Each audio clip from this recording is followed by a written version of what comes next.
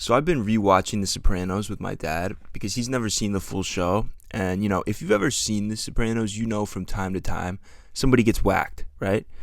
But as an Italian, naturally my dad loves the show. But he also keeps getting really upset by the violent episodes to the point where, like, he'll tell me that night he had trouble sleeping. And to me, I'm like, this is weird, right? Because this is a dude who's lived through Vietnam. He has seen some crazy shit throughout his life for sure. And I'm the one sleeping like a baby, after we watch an episode. It's not like the violence affects me even a little bit. So I thought about it for a while and, quickly kind of realized why our reactions are so different, right? And this is with movies, shows. Only one of us grew up with the internet. Do you ever think about how we're the first of a kind? We're the first generation to grow up watching real violence, see real death, real suffering. Before we were even old enough to process it. It's because we got first licks on the internet, right? And all the fucked up shit that came with it. So the reason I don't get upset when an actor gets fake stabbed on TV is because I've been watching people get whacked in real life, before my balls even dropped. The real deal. We're talking war, cartel shit, school shootings, people offing themselves. And I didn't want to see any of that dark shit. I really didn't, but I did. And even though we all grew up with it, we don't really talk about what the consequences of that are or, how that even happens, right? So that's what I want to talk about today. And, you already know this, but for a video to go viral, it needs to do one thing only, and that's evoke emotion, right? Someone sees something so insane, they feel the need to share it to someone else so that person can experience the emotions that they just experienced.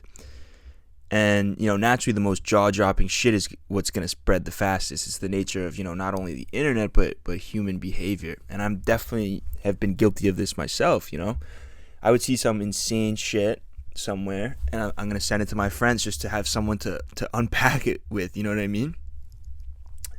But, the algorithm then takes that and it's like, all right, this guy shared that. Let's up the ante here and show him something even more fucked, right? And the cycle continues. Where, back in the old days when I was really growing up and the internet was really new, word of mouth was how things were spread, right? So the gang was talking about 2 girls, 1 cup on the fucking playground. And that's how, all that fucked up shit came to be. But now it's the algorithm that's making shit spread even faster, right? And our parents hadn't realized how the internet actually worked yet and how this stuff finds you.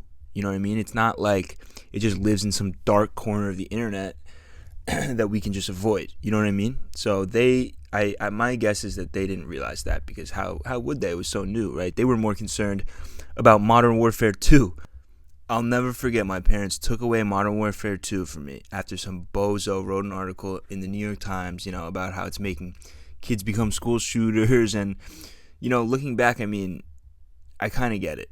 Like, no Russian as a mission was probably nasty work for a 10-year-old to be, playing. But at that point, I had already been able to differentiate, real from fake, entertainment from reality. Because I had already seen real violence. I mean, I grew up in New York City post 9/11. You know how many videos I'd seen of people jumping out of the building and just death just from that one event alone. So the shooter games, for me at least, and I think most people like me, were exactly that. They were just games, We were just trying to drop nukes with the bros. Never in my life did the thought of real world violence cross my mind playing any of these games. But yeah, I've been sitting here thinking about, what the impact is on us now that we're older, that we watched all this, fucked up lively stuff on the internet, things like that. And, there was actually a study that was done, and it said that it makes children less sensitive to pain and suffering of others as they grow up. And I think this one could definitely be true of my generation. I think there's a lack of empathy, not only a lack of empathy, but a lack of self-empathy as well. And those are both, I've come to learn important parts of being a good person and, not just a good person, but a mentally sound person. Self-empathy is really important for mental health. And it makes sense, right? Because a lot of our problems seem pretty insignificant, right, compared to the soldier in Ukraine that I just watched get murked when I opened up Twitter. You know what I mean? And, I don't think we really talk about this enough. Like, it's pretty insane if you think about it. Like, humans have been around for thousands and thousands of years. But until now, watching constant suffering and pain of people from all over the world didn't exist, right? So, yeah, the consequences are going to be there. And another study said, exposure to violence actually showed up on an MRI. Exposure to violence at a young age shows up on an MRI, and there's thinner cortex in parts of the brain, something like that impacts motivation, judgment, emotional processing, things like that. So for that, it's like, shit, add this to the terrible list of side effects that this growing up with the internet had on us. It's a bit of a like chicken and the egg thing. It's like, is this the main reason I've been so fucked up all these years, or is it just a piece of it? You know what I mean? But no, I think personally, like, this impacted me a lot less than it could have, which I'm grateful for.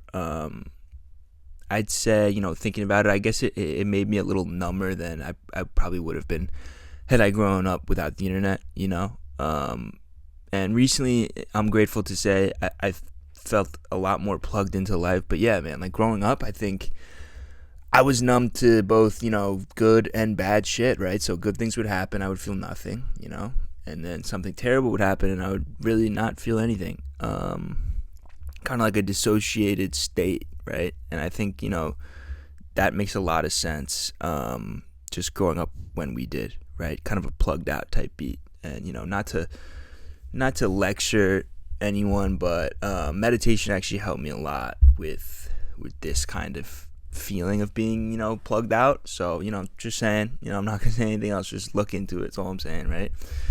So, this also made me think, like, what's the future look like then, right? Because there's no denying that we were the guinea pigs of this generation. Our generation were guinea pigs, right? We're cooked already, kind of, because just how new everything was, and when we grew up, we kind of got the short end of the stick. But I mean, I think it's all right. I think we'll end up okay. But I think in the future, I'm hoping that they can figure out a way somehow to prevent kids, especially, from seeing some of this fucked up shit that we had to see at a young age, and not just kids, honestly. Like, even yesterday, I saw, like, there was a shooting in Florida, like at FSU, and I saw this, like, terrible video that I did not want to see, and it, like, made me feel like shit. I was like, this is so sad, this poor girl. You know what I mean? So, like, not just kids, I think just people in general, there's certain things that we don't need to see.